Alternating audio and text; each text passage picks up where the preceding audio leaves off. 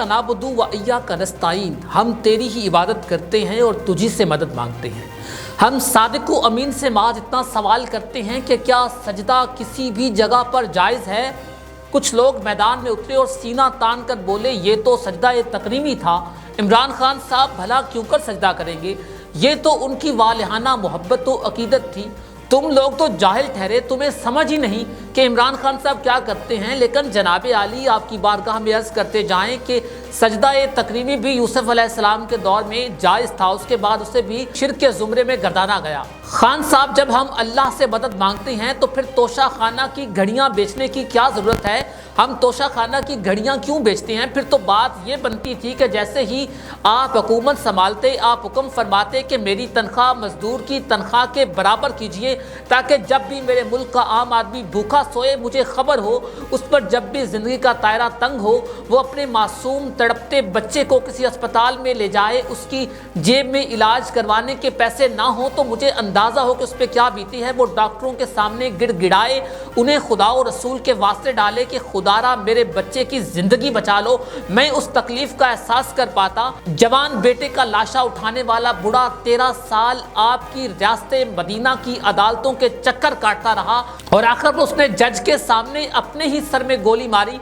अगर आपकी रियासत मदीना में आपके दौर में उसको इंसाफ मिलता तो वो बुढ़ा शख्स इस दुनिया से इस तरह से न जाता। कानून जुल्म बेराहरवी का मातम करने की बजाय वो लोगों को ये बतलाता फिरता कि मुझे रियासत मदीना में इंसाफ मिला, मौसूफ ने जो कुछ कहा था सच कर दिखाया। लेकिन क्या करें खान साहब, आपकी तरबियत जिस पीरनी साहिबा ने की है, आपकी पीरनी साहिबा लोगों के मुआशके डिस्कस करने में मसरूफ़ हैं। आप ठीक तो हैं? आजकल आपका कोई अफेयर तो नहीं चल रहा? अफेयर नहीं मुर्शद, अफेयर नहीं चल रहा मेरा अभी। मैं आपको कुरान पे हाथ उठा के कहता हूँ कोई लड़की ऐसा कुछ भी नहीं। कभी वो आपके अराकीन की तरबियत करने में मसरूफ़ नज़र आती हैं कि तुमने तोशा खाना की इश्या की तस्वीरें क्यों खींची, अगर खींची ली थी तो सेंड क्यों की।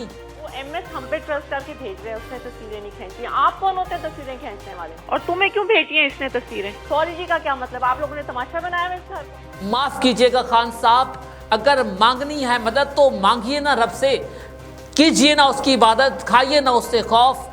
बाज आ जाइए इन तमाम हरकत से जिनसे रियासत मदीना की इज़्ज़त पायमाल हो, जिनसे इस्लाम का नाम बदनाम हो। सिद्दीक़ अकबर की मिसालें अमल से साबित कीजिए, बातों से नहीं। बातों में तो आपने कई महल खड़े करके कई गिरा दिए, बातों में तो 1 करोड़ नौकरियां भी आ गई, 50 लाख घर बन गए, एजुकेशन आम हो गई। हाँ, आपने खुदकुशी करने का अहद भी किया था कि अगर आपका फरमाने आली शान आपको याद दिलाया जाए कि आपने फरमाया था कर्ज लेने से खुदकुशी करने को तरजीह दूंगा। लेकिन आप खुद अंदाज़ा कीजिए कि पाकिस्तान की तारीख का सबसे ज़्यादा कर्ज आपने लिया है। आपने कहा था कि मैं वज़ीर आज़म हाउस को यूनिवर्सिटी में बदल दूंगा, आम से मकान में रहूँगा, आम इंसान की तरह ट्रैवल करूँगा। लेकिन वो हेलीकॉप्टर पे सफ़र कौन करता रहा? 44 करोड़ 43 लाख रुपए कैसे खर्च कर लिए गए?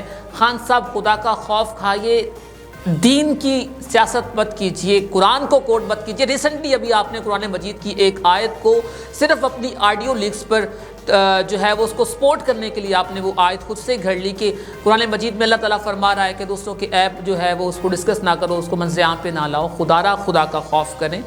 ज़िंदगी का दिया कहीं भी गुल हो सकता है, तो कम से कम ख्याल करें इस वतन अज़ीज़ का, इस में बसने वाले मुसलमानों का, और ख़ास तौर पे इस्लाम का। जो कि मज़हब कार्ड आप खेल रहे हैं उसको खुदारा अपने मज़हब को अपनी सियासत के साथ कभी भी अटैच मत कीजिए। इसके साथ ही अपने मेज़बान आकिफ़ फयाज़ को दीजिए इजाज़त। अल्लाह निगहबान। क्योंकि खबरों को अब चलने दो।